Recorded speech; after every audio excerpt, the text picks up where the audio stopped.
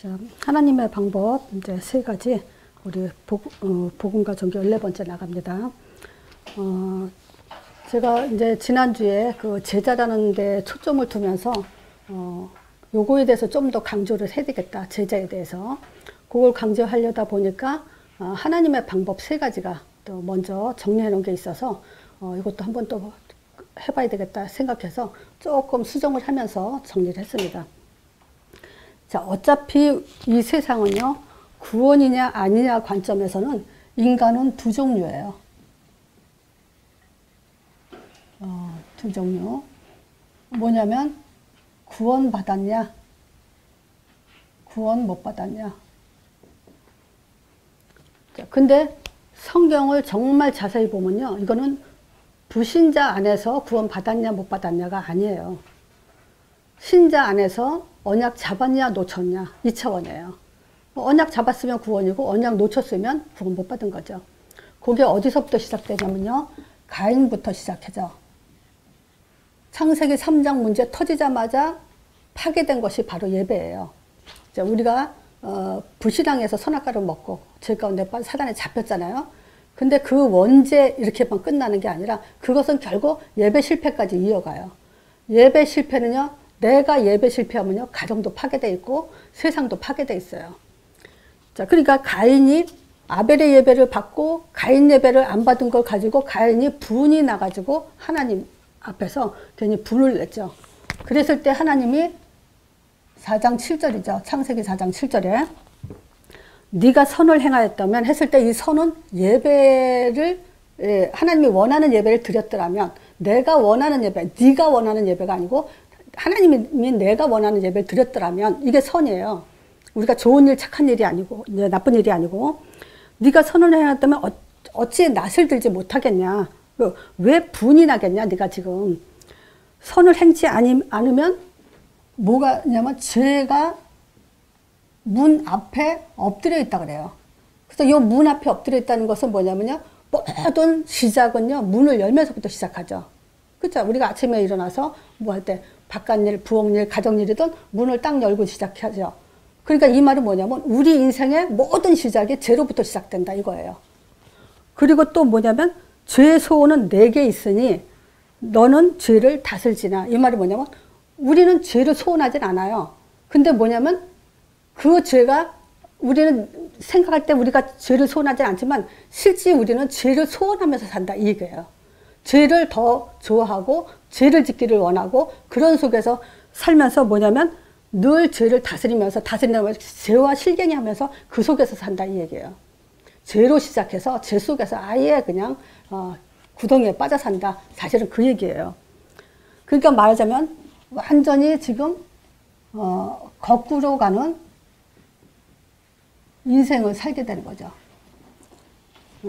하나님한테 창조된 인간이, 지난주에 그랬죠. 하나님은 영이시라고. 하나님 형상이란 말은 곧 하나님은 영이란 얘기고, 그 영이 하나님 형상이고, 그 하나님 형상대로, 즉 영적 존재로 지음받은 우리가 하나님에게서부터 거꾸로 간다는 거 한번 상상을 해보세요.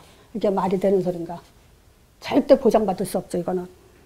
자, 이 증거가 어디냐면요, 거꾸로 가는 인생의 증거가 지금 뭐다, 10가지 능력.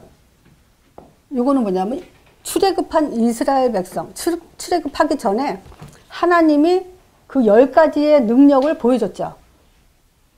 한두 가지도 아니야. 10번을 보였어요. 10번을. 그 우리 같으면 한 번만 봐도 하나님한테 순종하고 잘 믿을 것 같은데 10번을 보고도, 또 홍해 건너고도 40년 동안 광야 생활을 했다는 거예요. 이 말은 뭐겠어요? 그 능력을 보고도 불신앙했다는 거예요. 불평불만했다는 거예요. 왜 이스라엘이 7번 재앙 속에서 살았냐? 계속 재앙을 당했어요. 그래서 이스라엘 그러면 두 가지를 떠올려라 했죠. 이스라엘 그러면 이런 건 기본으로 계속 들어가 있기 때문에 제가 또 설명은 안 하는데 혹시 잊어버렸을까 봐 다시. 이스라엘 그러면 저기 그 하나님이 이 아브라함 불렀죠. 그 언약의 조상, 언약의 후손들로 부름받은 백성들, 또 모세를 통해서 수레국, 신정국가, 하나님이 세운 나라 사람들. 그래서 이 세상에는 하나님이 세운 나라는 이스라엘 하나밖에 없다 그랬죠. 다른 나라들은 자연 발생적으로 생긴 나라고. 그럼 하나님이 세운 나라, 또 하나님의 언약을 통해서 부른 아브라함의 후손들이 왜 7번이나 노예, 아수르, 바벨론, 전쟁, 포로, 로마의 속국, 전쟁 속에서 계속 고통을 받았냐 이거예요. 또 세 번째요. 또 2000년 헤롯이요. 헤롯 같은 경우는 왕이잖아요. 이 왕자리에 있으면서도 불안하죠. 그래서 저기 그 동방 박사들이 저기 그 유대인의 왕이 어디서 나며 하면서 별자리를 보고 찾아왔을 때 헤롯 왕이 불러서 그 아기가 태어난 것을 말해달라 하죠. 왜? 죽이려고. 세상에 생각해보세요. 내가 왕인데 이제 갓 태어난 아기가 무서워요? 근데 두려운 거예요. 그 아이를 죽이려고 하는 거예요. 그 정도로 지금 복음을 갖고도, 복음을 듣고도, 물론 헤롯은 지금 뭐 이방 왕이지만 어쨌든 왕자리에 있으면서도 불안한 게 세상이에요, 지금. 또 우리가 살펴볼 게 있죠. 가인이 예배드리면서도 실패했고, 한나가 기도하면서도 실패한 적이 있었죠. 난 이 생각을 하면서 나는 많이 충격을 많이 받았었거든요. 어떻게 예배드리면서도 실패하고 기도하면서도 실패하는가. 근데 성경에는 그렇게 돼 있어요. 언약의 줄기에서 떨어져 나가면. 5번째, 인간들의 삶을 한번 보세요. 인간들은 굉장히 노력하죠. 또 선을 행하죠. 그리고 굉장히 순수함도 가지고 있고, 남을 위해서 헌신할 수도 있고, 하여튼 인생 삶을 굉장히 열심히 살려고 하죠. 근데 현장은 어때요? 12해를 혈류증 걸린 사람, 38년 된 병자, 안진뱅이, 소경, 죽음의 그 경험을 한 사람들. 왜 현장은 이런 사람들이 있다고 성경은 써놨을까요? 지금요, 성령은 창세 전부터 계셨고, 이 세상을 창조하면서도 성령은 계속 역사하고 있었어요. 근데 일반 은총과 특별 은총으로 나눠져요. 자, 우리는 일반 은총 속에서, 그 하나님의 특별 은총이라고 착각하기도 하고요. 우리는 특별 은총이 뭔지를 더 정확하게 알 필요가 있어요. 지금 보세요. 이 사람들이 사실은 많은 신앙의 일반 은총과 특별 은총에 대한 그거를 구분하지 못하고 자기 주관적인 신앙생활과 종교생활을 하고 있었다는 거예요. 이 현장은요, 지금 하나님 떠난 자들의 모습이에요. 그래서 우리가 불신자 상태도 6가지를 얘기하지만, 정말 우리가 이 시대에 정확한 복음을 가졌다면은 하나님의 방법 이 3가지만큼은 정말 철저하게 답을 갖고 있어야 돼요. 자, 지금 첫 번째, 하나님이 일하는 방법 중에 가장 첫 번째는 말씀이에요. 요걸 가지고 우리는 언약 잡았다라고. 그래서 구약에는 언약 잡았냐 놓쳤냐 그 줄기라 했죠. 그럼 언약에 잡았나 안 잡았나. 최초에 주신 말씀. 저는 많은 사람들을 만나면서 이렇게 하나님이 제일 처음에 너한테 뭐라 했냐. 저는 이 얘기를 물어봐요. 그럼 신앙생활 오래 한 사람이 하나님이 맨 처음에 나한테 한 말이 뭔지 몰라요. 그 말은 뭐냐면 언약 놓쳤다 이 얘기예요. 그렇죠? 제일 처음에 한 말이 제일 중요하잖아요. 우리가 중요한 사람한테 가장 중요한 말을 하지 않겠어요? 한 번 만났다 헤어진다 하면 더 중요한 말을 하겠죠. 하나님의 제일 최초의 한 말이 가장 중요해요. 인간에게. 자, 그게 뭐냐면 선악과 먹지 말라 하잖아요.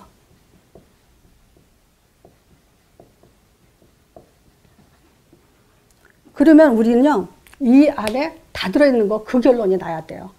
저는요 이게 신앙생활 처음 시작하든 또 오래 했든 아주 단순하게 복음 하나로 집중하게 하는 게 목적이라고 봐요. 그래서 이 얘기를 많이 해요. 선악과 안 먹으면 다 된 거예요. 그렇죠? 그러면 하나님이 100% 보장해 주게 돼 있어요. 선악과 안 먹는 게 성령인도고 선악과 안 먹는 게 응답이다. 이게 머릿속에 뿌리가 내려야 돼요. 그래야 율법, 종교, 신비 여기에 안 빠져요. 우리가 뭔가 하려고 그래요. 자꾸 우리는. 아니에요. 선악과 먹지 말라는 그 말씀 안에 모든 게 다 있다는 답이 나는 거예요. 어떤 문제가 오고 환경이 와도 환경이 어떻게 나를 괴롭히든 어떤 상황이 되든 그게 지금 가장 우선적인 거예요. 그래서 이 안에 뭐요? 성령 인도, 선악과 안 먹는 거. 기도응답 뭐야? 선악과 안 먹는 거. 이렇게 답이 나와야 돼요. 자, 선악과 먹고 나서 창세기 3장 15절. 여인의 후손이 뱀의 머리 상한다고 그랬죠? 그럼 이 언약에 또 다 들어있는 결론이 나야 돼요. 이거를요, 하나님이 어디서 지금 설명을 더했냐면요. 출애굽기 3장 18절이에요. 그래서 희생제 드려라 했을 때 그 희생제 언약을 잡고 출애굽기 12장 23절에 보면 하나님의 그 역사가 실질적으로 나타나죠. 10가지 재앙을 다 보이고 마지막 10번째 역사예요. 그럼 보세요. 여인의 후손이 와서 뱀의 머리 상한다. 이 말은 실제로 뭐냐면 그리스도 사역을 말하죠. 근데 어떤 전도사님이 그 어린아이들한테 지금 이 복음을 전하면서 그 설명하기를 그 문설지에 그러잖아요. 이 10번째 이제 그 출애굽을 위해서 마지막으로 이제 재앙을 칠 때 양의 피를 문 임방과 문 설주에 바르다. 이제 요거를 어떻게 설명했냐면요. 예를 들어서 문이 이렇게 있잖아요. 그러면 이 문만 있겠어요? 요 문 틀이 있죠? 자, 이 문 임방은 바로 여길 말하는 거예요. 그 좌우 문설주는 지금 여길 말하는 거예요. 그때 요걸 가지고 십자가 모양으로 하면서 예수님의 얼굴과 팔을 이렇게 그렸더라고요. 그러니까 뭐냐? 팔에도 못 박아서 피 흘렸죠? 요 머리에서 가시관으로 피 흘리죠? 요 십자가 그림을 그대로 이렇게 하면서 애들한테 설명해 주니까 참 좋더라고요. 그러니까 바로 그거예요. 문 임방과 좌우 설주에 피를 바르라는 것은 십자가 이 능력을 잊지 말라고. 여인의 후손 보내면 이제 뱀의 머리 상하게 하면서 뱀은 그의 발꿈치를 상하게 하느니라. 이게 발꿈치가 뭐냐면 십자가 예수님의 그 죽으심에 대한 고난에 대한 말씀이거든요. 이게. 이걸 가지고 지금 출애굽이 시작이 된 거예요. 그래서 이걸 잊어버리지 말라는 게 구약 전체 내용이에요. 근데 이걸 놓쳤다. 언약 놓친 거예요. 그거는. 자, 그럼 보세요. 문설주에 피 바르니까 여호와께서 애굽 사람을 치러 두루 다니실 때 문 임방과 좌우 설주에 피를 보시면 멸하는 자가 거기 들어가지 않도록 막아주겠다 그런 거예요. 피가. 십자가가. 끝난 거예요. 정말 다 끝난 거예요. 그래서 우리는 제일 고통스러운 게 사실은 부모들, 엄마들 입장에서 제일 고통스러운 게 사실은 남편보다는 자식이잖아요. 물론 남편도 뭐 속썩이면 저기 하지만 가장 가슴 아픈 거는 자식이잖아요. 근데 그 자식한테도 고통받으면 안 돼요. 그건 끝난 거예요. 내가 복음을 가졌다면 그 자식으로 인해서 내가 고통을 받는 것도 마음은 아플 수 있지만 거기에 영향을 받으면 안 돼요. 그건 진짜로. 그건 나도 겪어봤기 때문에 알아요. 나도 그거는 참 이 자식에 대한 그 고통은 어떻게 내가 스스로 이게 될까 싶었는데 정말 되더라고 그게. 정말 우리가 그 마음이 아픈 것과 내가 거기에 영향을 받지 않는 건 또 별개의 문제예요. 영향을 받으면 안 돼요. 그것이 나를 괴롭게 하고 나의 몸에 질병을 갖다 주게 하면 절대 안 돼요. 그건 정말 이거에 대해서 아직 덜 끝난 거예요. 어디서 나는 그걸 확실하게 이제 정리가 됐냐? 그 아이도 하나님의 형상대로 지음받았기 때문에 그래요. 하나님의 계획해서 내 배를 통해서 난 것뿐이지 걔는 내 새끼가 아니에요. 하나님의 자녀고 하나님의 백성이지. 구원받았다면 하나님이 하실 것이고 구원의 계획이 있다면 또 하나님이 하실 거예요. 그러니까 그거는 하나님께 맡겨둬야 돼요. 하나님은 자기가 사랑하는 사람 고통받는 거 원하지 않아요. 그건 바보라 그래요. 왜냐? 답을 줬는데 또 아파해봐요. 하나님 속상하죠. 그렇게 한 게 아닌데. 이 피가 그 능력이에요. 모든 문제에서 해방하시는 것이 바로 이 피의 능력이에요. 그래서 이걸 가지고 신명기 6장 그 4절에서 9절에 계속 주야로 이거는 뭐 얼마나 그 출애굽한 이스라엘 백성에게 바로 주신 말씀이잖아요. 첫 번째. 그래서 뭐라 그래요? 이스라엘아 들으라. 우리 하나님 여호와는 오직 하나인 여호와예요. 그 하나인 여호와가 어떤 하나님이요? 여인의 후손이 뱀의 머리를 향한다 하고 말씀하신 그 하나님이에요. 그 하나님이 뭐라냐? 너는 힘을 다하고 내 성품을 다하고 마음을 다해서 여호와 하나님을 사랑하라는 것이 뭐냐? 이 피에 대해서 출애굽시킨 그 하나님에 대해서 사랑하라는 거예요. 이걸 가지고 손목에 메고 문설주에 새기고 그랬잖아요. 근데 내가 결국은 뭐라 했어요? 21절에서 25절에 그 얘기 했잖아요. 후일에 자녀들이 그 하나님이 우리에게 주신 명하신 그 율법과 규례와 뭐 전통, 뭐 언약, 뭐 성막 이런 것들이 다 뭐냐고 물어보면 이게 통틀어서 뭐냐? 애굽에서 종되었던 너희를 그 하나님의 능력으로 피의 능력으로 구원한 그 하나님에 대해서 설명해 주라 그랬죠. 그래서 성경 66권이 이 피에 대한 얘기라는 거야. 피, 십자가 부활 그 얘기예요. 자, 두 번째 이 말씀 안에서 이 말은 언약 안에서 분명히 함께해요. 임마누엘이죠. 그게 하나님의 약속이라 했죠. 자, 그리고 우리는 반드시 예배 드리는 그런 뭐랄까 기쁨 이걸 누려야 되고요. 또 하나님이 시킨 대임 이것 때문에 우리는 힘을 가져야 돼요. 자, 그래서 우리는 다시 한번 말하지만요. 모든 문제 끝났다라는 것을 가지고 어떻게 적용해요? 하나님이 함께 하니까 모든 문제 끝난 거예요. 그죠? 예배 속에서 우리는 예수 이름으로 하나님이 들으시고 하나님의 성령의 충만함이 우리에게 오게 하기 때문에 약속했기 때문에 그래서 끝난 거예요. 하나님이 대임할 때 하나님 반드시 우리에게 권능을 줄 거기 때문에 모든 문제 끝났다. 이건 거예요. 자, 그리고 우리는 또 이 얘기하죠. 모든 문제 있어도 상관없다. 그죠? 왜냐하면 답을 줬으니까. 하나님이 함께 하니까. 성령 보내주시니까. 우리는 할 일이 있으니까. 상관없어요. 그래서 어떤 고통 속에서도 우리는 자식 때문에 마음이 아프든 남편 때문에 아프든 경제 질병 때문에 아프든 할 일은 하니까. 그러면 상관없는 거예요. 그죠? 자, 그리고 모든 문제는 발판이 되고 과정이 되니까. 이렇게 생각하면 돼요. 이 문제도 나의 발판이고 과정이다. 내가 어떤 문제가 됐든. 또 한 가지는 뭐냐. 하나 더 추가하면요. 우리는 이 임마누엘과 예배와 전도는요. 모든 문제를 바꿀 충분한 힘이에요. 자, 말씀의 위력이 이렇게 커요. 말씀의 위력이.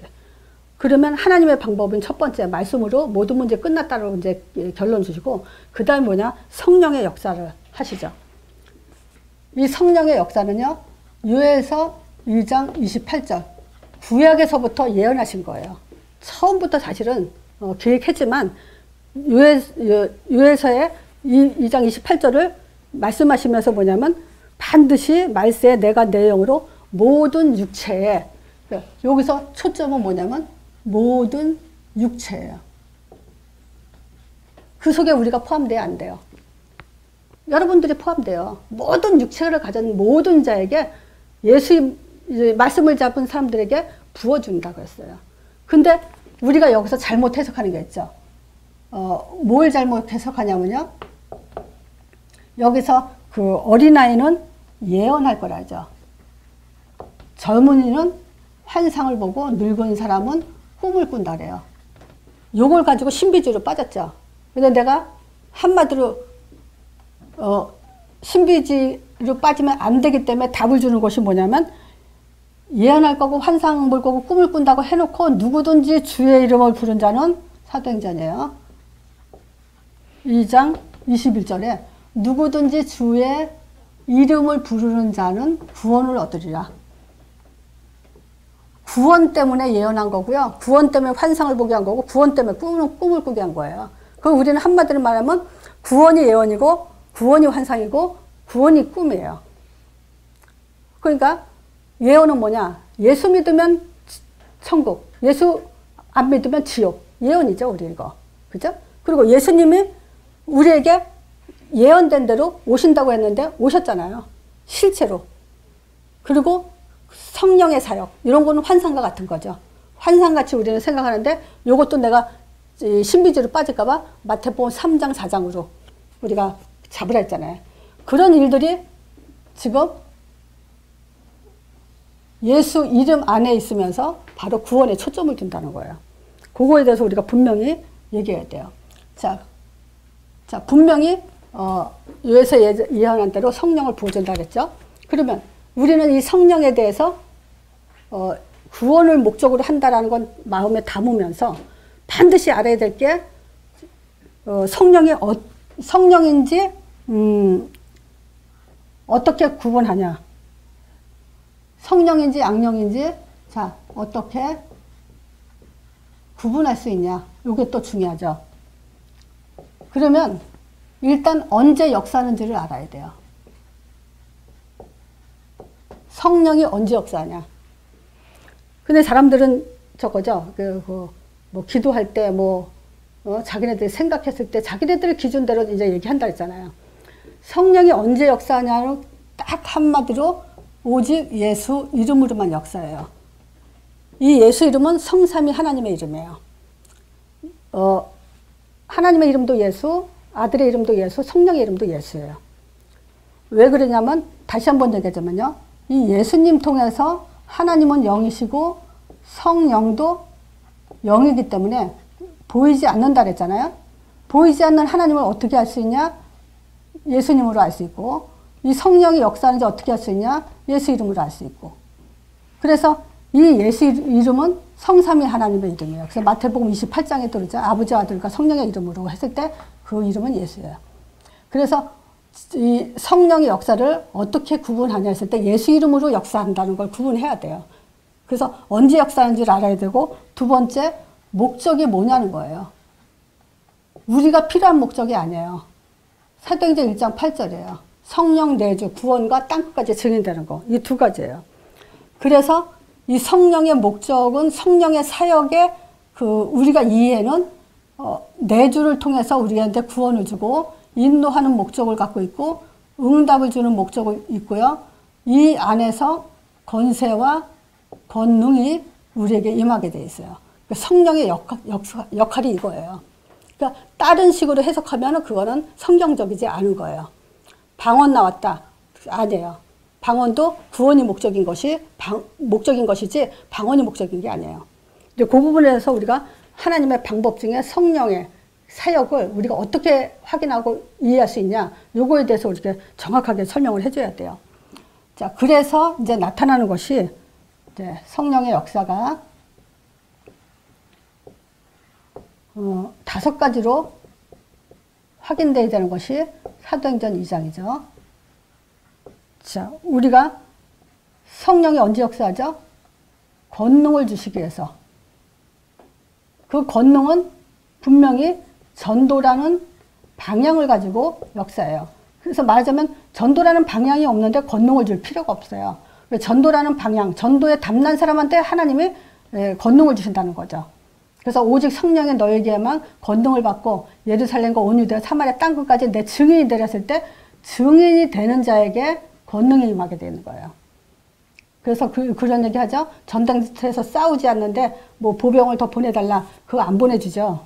전쟁터에서 싸우지도 않는데 무슨 보병을 보내주겠어요. 자, 그리고 최종 목적 뭐냐. 성령의 종착점은 뭐냐면 예수가 그리스도라는 이 말씀을 성취시키는 데 있어요. 이거는 주님 오시는 그날까지 말해야 돼요. 예수는 그리스도다. 예수는 하나님의 아들이고 그리스도다. 이 얘기 안 해주면요. 사단이 다 엎어버려요. 사단만 이길 수 있는 메시지가 이거예요. 자, 그래서 누구에게 역사하죠? 제자에게. 이 제자는 현장을 살릴 주역이죠. 그래서 이 전도제자는 굉장히 중요해요. 그래서 저는 그래요. 이 제자는 하나님이 집중된 자다. 그래서 사실상 이 하나님이 일하시는 방법 세 가지지만 한 가지로 집중을 하세요. 그게 뭐냐면 전도제자예요. 이 제자. 자, 하나님의 집중. 자, 창세기 12장 보세요. 아브라함 불렀을 때 하나님이 다시 쓰는데 사람을 왜 부르겠어요? 그죠? 하나님이 전지전능하신데 뭐가 필요하다고 사람을 부르겠어요? 근데 하나님의 일하는 방법이 그래요. 자기가 일하시지만 사람을 통해서 일한다는 거예요. 이 시대도 마찬가지예요. 그래서 내가 또 얘기하지만요. 아브라함은 그 시대 우리가 언약의 조상으로 어마어마한 사람이지만요. 우리보다 큰 자가 아니에요. 아브라함은 성령을 받지 못했어요. 약속으로 구원받았지만. 그 성령 받은 우리는 그보다 더 큰 축복을 받았다고 히브리서 기자가 얘기하고 있어요. 그러니까 우리에게 자신에게 가치를 정말 하나님이 부여한 사명을 감당할 만큼의 가치를 부여시켜야 돼요. 교만하란 말이 아니에요. 이거는. 정말 그래요. 하나님은 아브라함을 통해서 하는데 구약에 그거 있죠. 혹시 내가 질문하면 대답을 있을런지 모르겠지만 아브라함한테 모세를 부를 때 그 모세가 그러죠. 이스라엘 백성한테 가서 내가 너희들을 출애굽해라. 애굽에서 나가야 된다 했을 때 나를 보내신 자가 누구라고 물어보면 내가 뭐라고 대답합니까? 했을 때 그때 나는 여호와라 너희 조상 아브라함의 하나님, 이삭의 하나님, 야곱의 하나님이라고 창세기에는 네 인물이죠. 아브라함, 이삭, 야곱, 요셉. 요셉이 빠졌어. 왜 요셉이 빠졌는지 아냐 이거예요. 몰라요? 왜 요셉이 빠졌냐면 요셉은 메시아의 족보의 줄기가 아니에요. 유다가 그래요. 유다. 그래서 12지파 중에서 유다를 지키는 담 역할을 한 게 요셉인 거예요. 그래서 땅을 2배로는 받았지만 언약의 줄기. 그래서 여기서는 구약에는 아브라함, 이삭, 야곱이에요.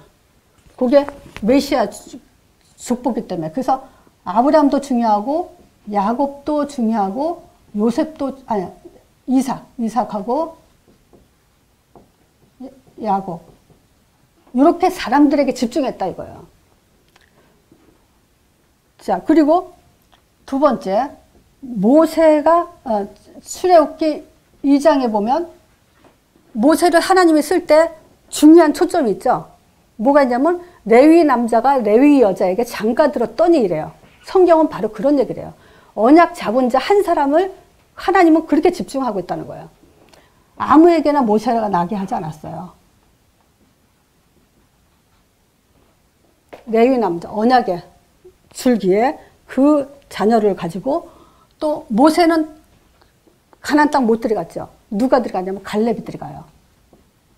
왜냐? 모세는 언약의 메시아 줄기가 아니기 때문에 자기 사명까지만 하고 누가 들어가냐? 갈렙이 들어가요. 요게 뭐냐면 사실상 가만히 성경의 줄기 흐름을 보면요. 언약의 줄기대로만 흘러가고 있다는 걸 알아야 돼요. 자, 또 세 번째, 사람이 얼마나 중요하냐. 이사야 40장에 파수꾼에 대한 얘기를 해요. 근데 이 파수꾼에 대해서 뭐냐면 외치는 자의 소리요 그래요. 외치는 자가 있어요. 또 말하는 자. 또 아름다운 소식을 전하는 자. 계속 사람에 대한 얘기를 해요. 그래서 높은 산에 올라가서 너는 말을 해라. 뭐라고 얘기하냐. 한마디로 말하면 푸른 마르고 꽃은 시드나 하나님 말씀은 영원히 서리라고 해라. 그렇게 말해라. 그래서 이 말씀을 전할 자. 이 사람에게 하나님은 모든 초점을 다 두고 있어요. 여기서 또 놓치지 말아야 될 게 뭐냐면 말라기서 4장 5절이요. 말라기 구약의 문을 닫으면서 엘리야를 다시 보낸다고 하죠. 엘리야. 그럼 이 엘리야를 왜 다시 보낸다고 했을 때 성경에는 두 사람이 죽음을 맛보지 않고 천국에 올라갔죠. 두 사람이. 그 첫 번째 뭐죠? 창세기 5장에 누구? 에녹. 그래서 에녹이 왜 죽음을 맛보지 않고 갔냐? 하나님과 동행했다. 300년 동안 동행했다. 그러니까 하나님과 동행한 자는 안 죽는다. 그 메시지예요. 그 엘리야는 못 가, 그러면. 엘리야는 다시 선지자를 보낼 건데 죽은 자를 보내지 않는다 이거예요. 산 자를 보내는 거예요. 다시 내가 선지자를 보내는데 엘리야를 보낸다 이 말이에요. 근데 엘리야가 바로 세례 요한이라 그래요. 그건 뭐냐? 왜 죽은 자를 보내잖아요. 하나님은 죽은 자하고 상관없어요. 산 자를 통해서 그러죠. 근데 여기에 또 비밀이 있죠. 엘리사가 갑절의 영감을 달라 그러죠. 엘리야 쫓아가면서. 그거는 뭐냐? 앞으로 오실 성령 충만에 대한 얘기를 하는 거예요. 갑절의 영감은. 그러면 우리는 뭐예요? 엘리야 같은 사람이면서 갑절의 영감을 받은 그런 축복을 받은 자란 말이에요. 성경 보면요 어마어마해요. 우리 복이. 자 그러면요 요게 이제 세례 요한이죠. 자, 두 번째. 하나님이 나에게 집정하는지 어떻게 알 수 있냐 이거예요. 고백하는 자. 뭘 고백하냐? 그 요한복음 1장에 보면요. 요한복음 1장에 다 나와요. 그러니까 이건 내가 왜 또 얘기하냐면요. 난 정말 이거 발견한 것이 너무너무 감사해요. 예수님이 사역하기 전에 소경, 뭐 귀신 들린 자 쫓아내고 안진병 일으키고 다 했잖아요. 이 사람들이 제자가 되지 않은 증거가 뭐냐면 요한복음 1장부터 제자를 불렀어요. 근데 그 제자 부른 키가 뭐냐면 세례 요한은 예수님을 보고 하나님의 어린 양이라고 고백해요. 두 번째, 베드로 형제. 야고보죠? 형제 안드레. 내가 메시아를 봤다 그래요. 세 번째, 또 빌립 있죠? 빌립에 가더니 모세가 율법에 기록했고 여러 선지자가 기록한 그이. 그러면서 뭐냐면 그 나사렛 예수다. 이렇게 고백하죠. 그러면서 또 나다니엘한테 가죠. 이 나다니엘한테 가서 나다니엘이 그죠? 예수님 그 메시아 봤다 그러니까 무슨 어디서 선한 것이 나겠느냐? 나사렛에서 무슨 선한 것이 나겠냐 그러죠. 그러니까 예수님이 나다니엘을 멀리서 보고 나다니엘을 봤다고 하니까 지가 예수님을 보지도 못했고 예수님은 너를 봤다고 네가 무화과 나무 밑에서 예배 드릴 때 봤다고 하니까 그때 예배 드리는 건 누가 봐요? 하나님이 보지. 그러니까 당신이 바로 하나님이시고 하나님의 아들이시다. 하나님의 아들이시여 이스라엘의 임금이십니다. 라고 고백을 하죠. 요게 하나님이 쓰시는 일꾼들의 기준이에요. 하나님이 부르신 자의 기준. 이거 고백하는 자가. 그래서 우리가 날마다 예수가 그리스도라고 고백하는 거죠. 그런데 디도서 1장 1절에서 9절이요. 오늘 제자에 대한 그 하나님 쓰신 일꾼 세 가지 중에서 제자에 초점을 두는데요. 제가 이 디도서 쓰는 이유가 있어요. 이 디도서는 검증된 자예요. 고백을 하지만 복음을 가지고 고백을 하지만 검증이 돼야 돼요. 근데 어떤 검증이냐면요. 7절 볼게요. 뭐 5절부터 보면은 너는 그레데에 떨어뜨린 이유가 디도죠. 디도를 그레데에 떨어뜨린 이유가 부족한 일을 바로잡으라고. 그러면 부족한 일을 바로잡는데 자기가 부족하면 안 되잖아요. 그렇죠? 부족한 일을 바로잡고 바울이 명한 대로 각 성에서 장로들을 세우게 하려 하는데 책망할 것이 하나도 없는 사람을 그런 사람을 세우라 그래요. 그러면서 7절에 뭐라냐면 감독은 하나님의 청지기로서 책망할 것이 없고 제 고집대로 하지 않고 급히 분내지 않고 술을 즐기지 않고 주먹질 굿하지 않고 더러운 일을 탐내지 않고 나그네를 대접하고 근신하며 의로우며 거룩하며 절제하며 미쁜 말씀을 가르침을 그대로 지켜야 하리니 이는 능히 바른 교훈을 권면하고 거스려 말하는 자들을 책망하게 하려고 한다 그래요. 그래서 한마디로 말하면 뭐하냐면요. 검증된 자. 검증된 자로 서고 또 검증된 자로 세우고 우리가 여기서 많이 지금 당하죠. 사단한테. 자, 그리고 제자. 자, 하나님이 이 제자에게 4가지 응답을 주죠. 반드시. 첫 번째가 뭐냐? 성령의 지배를 받게 하죠. 성령에 의해서 움직이는 자가 제자예요. 자, 그리고 전도라는 결론을 가진 자. 다른 거 안 본다 이 말이에요. 그리고 말씀에 올인하는 자. 현장에 정복할 수 있는 그 답을 가진 자, 누림을 가질 수 있는 자, 이거예요. 자, 그래서 저는 뭐 이거에 좀 성경을 보면서 또 말씀을 들으면서 좀 깊이 우리 자신을 좀 생각했으면 좋겠고요. 자, 결론은 뭐냐?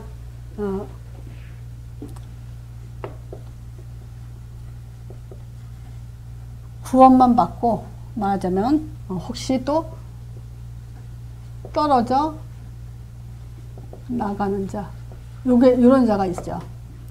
그게 이제 히브리서 4장 1절이죠. 이번에 이제 우리 목사님이 히브리서 강의하면서 요 성경 구절이 마음에 또 와닿더라고요. 그러니까 그러므로 우리는 두려워하라야. 우리는 두려워할지니 그의 안식에 들어갈 약속이 남아 있을지라도 너희 중에 혹 미치지 못해서 저희와 같이 복음 전함을 받은 자이나 그 들은 바 말씀이 저에게서 유익되지 못한 것은 그 듣는 자가 믿음으로 화합하지 못하기 때문이다. 그러니까 이 복음을 다 들어요.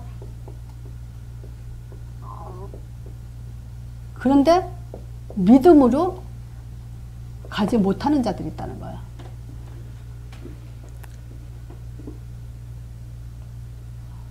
또 히브리서 3장 14절에 우리가 시작할 때 확실한 것을 끝까지 견고히 잡으라 했죠. 시작할 때 처음부터 견고히 잡은 거. 근데 시작은 했는데 견고히 잡지 못해가지고 이제 떨어져 나가는 걸 말하는 거예요. 근데 끝까지 가는 자. 그게 이제 그 에스겔서 14장 12절에서 20절에 여기요. 그러니까 시간이 없어서 그냥 제가 그 성경 구절을 얘기하는데 지금 이 내용을 보면요. 하나님이 이제 그 에스겔은 그 에스겔한테 하나님이 임하여서 말씀하신 거죠. 그 뭐라고 해야 하냐. 이제 가령 어느 나라가 불법해서 내게 범죄함으로 내가 손을 위에 펴서 어떻게 치냐면요. 기근으로 양식을 끊어버리기도 하고 또 전쟁으로 또 칼로 뭐 그리고 칼이라는 건 전쟁이죠. 그리고 짐승 사람과 짐승을 그 나라에서 끊어버린다. 이 말이 뭐냐면 죽여버린다 이 얘기예요. 그런다 하자 그러면 14절에 뭐라냐면 비록 노아 다니엘 욥 이 세 사람이 거기 있을지라도 그들은 자기의 의로 자기의 믿음으로 자기만 그 구원을 생명을 건지리라 그래요. 근데 16절에 비록 이 세 사람이 또 얘기해요. 노아 다니엘 욥 이 세 사람은 믿음이 좋다고 성경이 기록해놨잖아요. 이 사람들은 자기 의로 자기 생명만 건지고 자녀들은 건지지 못하겠고 이 말을 해요. 그리고 또 17절에도 가령 내가 칼로 그 땅에서 임하겠지 전쟁을 통해서 다 이제 사람이 죽는다 하자 18절에 비록 이 세 사람이 거기 있을지라도 나의 삶을 두고 진짜 맹세하는데 그들은 자녀도 건지지 못하겠고 자기만 건지리라 이렇게 얘기해요. 20절에도 비록 노아 다니엘 욥이 거기 있을지라도 나의 삶을 두고 맹세하는데 그들은 자녀도 건지지 못하겠고 자기 의로 자기 생명만 건지리니 주 나와 여호와의 말이니라. 말하자면 지금 자신만 지금 구원을 받고 지금 자녀들은 다 지금 놓친 요거는 이제 뭐랄까 정말 우리는 이렇게 생각하면 돼요. 후대를 못 키우는 걸 얘기하면 돼요. 교회 안에서도 우리가 렘넌트를 키우지 못하고 있는 거. 이거는 결국 뭐냐 그런 사람도 많잖아요. 자기 신앙만 지키고 자기만 저기 하지 정말 후대를 생각하고 미래를 생각해서 신앙생활하는 사람 과연 몇 명이나 될까요?